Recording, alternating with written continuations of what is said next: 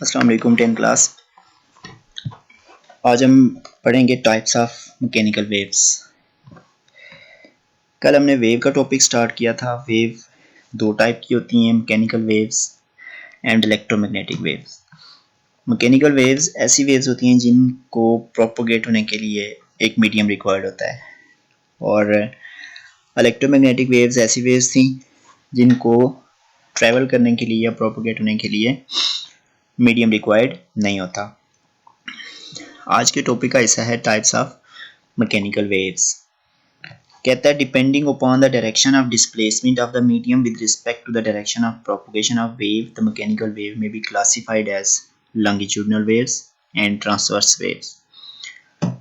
दो किस्म के फैक्टर हैं, डायरेक्शन ऑफ वेव या direction of displacement of medium, और वेव के प्रोपोगेट होने की डायरेक्शन के लिहाज से हम लोग मैकेनिकल वेव को दो कैटेगरी में क्लासिफाई करते हैं।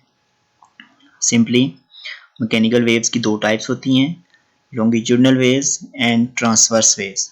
एक चीज़ हमने याद रखनी है कि ये जो दोनों टाइप हैं, इन दोनों में मीडियम रिक्वायर्ड होगा। डेफिनेटली ये टाइप ऑफ मैकेनिकल वेव्स हैं। एक्सप्लेन करते हैं लॉन्गिट्यूडनल वेव्स को। लॉन्गिट्यूडनल वेव्स ऐसी वेव्स होती हैं जिसमें मीडियम के पार्टिकल या जिसमें जो मीडियम होता है, आपके पास एक मीडियम होगा और उसमें वेव के जो पार्टिकल होंगे, जिसमें जिस डायरेक्शन में वेव प्रोड्यूस हो रही है, क्या किस तरह से मूव करेंगे अपनी मेन पोजीशन में, बैक एंड फोर्थ या टू एंड फ्रो मूव करेंगे। इसकी कॉमन सी एग्जांपल, पहले हम डेफिनेशन को समझ लेते हैं, उसके बाद हम एक्सप्लेनेशन की तरफ आएंगे। हम सबसे पहले लॉन्गिट्यूडनल वेव को एक्सप्लेन करेंगे। लॉन्गिट्यूडनल वेव की डेफिनेशन आपके पास बॉक्स में आपको नजर आएगी।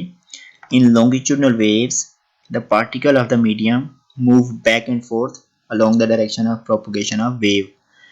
ऐसी वेव होती हैं जिसमें मीडियम के particle back and forth move करेंगे along the direction of propagation of waves, wave की प्रोपोगेशन की डायरेक्शन के।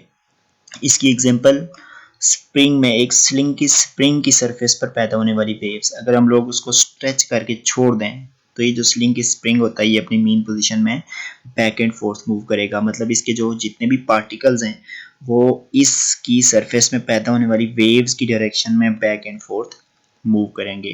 डेफिनेशन हो गई, एग्जांपल हो गई। इसके बाद आते हैं एक्सप्लेनेशन में। एक्सप्लेनेशन में आपको दो किस्म के फेज नजर आएंगे, आपने वो बताना है, और इसके साथ तीसरा पॉइंट जो वेवलेंथ ऑफ वेव है वो आपने डिस्कस करना है।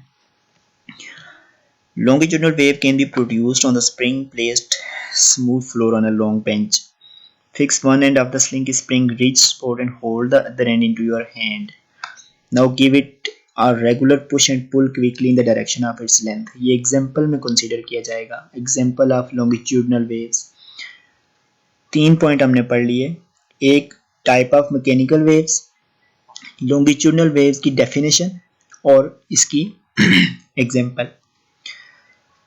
फेज को डिस्कस करने के लिए मैं आपको डायग्राम से बता देता हूँ। इसमें दो तरह के फेज होते हैं, मतलब दो किस्म के इंटरवल आएंगे। जब ये पार्टिकल्स ऑफ द स्लिंग की spring to and fro back and forth move करेंगे अबाउट इट्स मेन पोजीशन, तो उसमें दो फेज इस तरह से आते हैं कि ऐसा फेज जिसमें जो स्लिंग की स्प्रिंग होता है इसके पार्टिकल एक दूसरे के पास आ जाते हैं, कंप्रेस टू ईच अदर हो जाते हैं, और दूसरा ऐसा पार्टिकल होता है स्ट्रेच करने के बाद जिसमें स्लिंग की स्प्रिंग के पार्टिकल्स एक दूसरे के फार अवे चले जाते हैं, दूर हो जाते हैं। तो मैं आप यहाँ से बता देता हूँ कि एक ऐसा इंटरवल जिसमें particle of the medium are held close to each other, this phase is called compression. ऐसा फेज जिसमें स्प्रिंग के पार्टिकल एक दूसरे के पास आ जाते हैं उसको हम कंप्रेशन कहेंगे, और दूसरा ऐसा फेज है जिसमें particle of the spring far away from each other, जो एक दूसरे से दूर चले जाते हैं, उसको हम लोग क्या कहेंगे, रेयर फ्रैक्शन का नाम देंगे। और दो कंसेक्टिव कंप्रेशन और रेयर फ्रैक्शन के दरमियान जितना डिस्टेंस होगा उसको हम लोग वेवलेंथ ऑफ लॉन्गिट्यूडनल वेव्स का नाम देंगे। इस बात को मैं रिपीट कर देता हूँ। एक्सप्लेनेशन में तीन पॉइंट हो गए, एक ऐसा फेज जिसमें particle of the medium held close to each other, उसको हम नाम देंगे कंप्रेशन का, और जिसमें एक ऐसा फेज जिसमें particle of the spring are further apart from each other, उसको हम नाम देंगे रेयरफेक्शन का। और तीसरा पॉइंट है वेवलेंथ ऑफ लॉन्गिट्यूडनल वेव्स, तो वो मैंने आपको बता दी, इसकी डेफिनेशन ये लिखी भी हुई है। The distance between two consecutive compression और रेयरफेक्शन इज कॉल्ड वेवलेंथ। तो कंसेक्टिव कंप्रेशन के दरमियान या रेयरफेक्शन के दरमियान जितना डिस्टेंस होगा उसको हम लोग क्या कहेंगे, वेवलेंथ ऑफ लॉन्गिट्यूडनल वेव कहेंगे। अगर एक्सप्लेनेशन में ये क्वेश्चन आ जाता है, explain types of mechanical waves, तो आपने लॉन्गिट्यूडनल वेव्स और इसकी टाइप उसकी एक्सप्लेनेशन में 3 पॉइंट्स को डिस्कस करना है। इसको रीडिंग कीजिएगा। ये कंप्रेशन की डेफिनेशन है, ये रेयरफेक्शन की डेफिनेशन है, और ये वेवलेंथ ऑफ वेव है।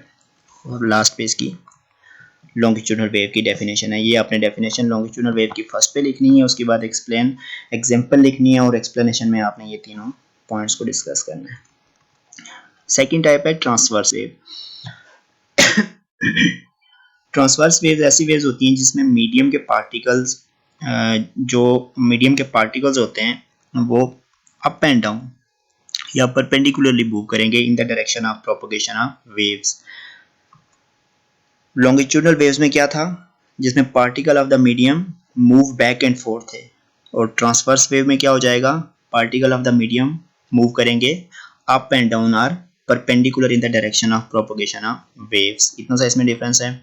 ये इसकी एग्जांपल ट्रांसवर्स वेव की लिखी हुई है। Vibratory motion of the particle of medium is perpendicular to the direction of propagation of waves. इसको एक्सप्लेन करने के लिए एग्जांपल हमारे पास स्लिंग की स्प्रिंग की एग्जांपल है। स्लिंग की स्प्रिंग के एक पार्ट को, एक हिस्से को हाथ में पकड़ के दूसरे को सॉलिड सपोर्ट के साथ फिक्स करके जब हम लोग अप एंड डाउन मूव करवाएंगे, तो इस स्लिंग की स्प्रिंग के कुछ पार्टिकल अपनी मीन पोजीशन के अपवर्ड चले जाएंगे और कुछ पार्टिकल अपनी मीन पोजीशन के डाउनवर्ड आ जाएंगे। वो पार्टिकल्स जो अपनी मीन पोजीशन के अपवर्ड चले जाते हैं उनको हम क्रस्ट कहते हैं, और ऐसे particle during the vibration of wave या प्रोपगेशन ऑफ वेव जिसमें मीडियम के पार्टिकल या स्प्रिंग के पार्टिकल अपनी मीन पोजीशन के डाउनवर्ड आ जाते हैं, उसको हम लोग ट्रफ कहते हैं। तो ट्रफ और क्रस्ट दो किस्म के फेज बन गए in case of transverse wave. और इसमें जो तीसरा पॉइंट है वो वेवलेंथ ऑफ ट्रांसवर्स वेव। तो आपने बताना है the distance between two consecutive crest और trough is called wavelength of transverse wave. ये था लॉन्ग क्वेश्चन का पार्ट जिसमें हम लोगों ने ट्रांसवर्स वेव को एक्सप्लेन किया है। ये मैंने डायग्राम से समझा दिया है। अब आप लोग इसको डेफिनेशन करके और इसके साथ एग्जांपल स्प्रिंग की ही एग्जांपल दे के इसमें बस परपेंडिकुलरली मोशन को आपने डिस्कस करना है। इसकी एग्जांपल ये भी हैं, सरफेस ऑफ वाटर, पानी की सतह पर पैदा होने वाली वेव्स एंड लाइट वेव्स जो होती हैं वो ट्रांसवर्स वेव की ही एग्जांपल होती हैं। पैराग्राफ के अंदर लॉन्ग क्वेश्चन के तौर पर आपने इसको एक्सप्लेन करना है। आज के टॉपिक में हम लोगों ने टाइप्स ऑफ मैकेनिकल वेव्स को डिस्कस किया। दो किस्म की टाइप होती हैं, एक को हम लोग लॉन्गिट्यूडनल वेव्स कहते हैं, एक को हम लोग ट्रांसवर्स वेव कहते हैं। दोनों को आप एक्सप्लेन कीजिएगा। इसमें कोई क्वेश्चन हुआ तो आप मुझसे पूछ सकते हैं। Thank you.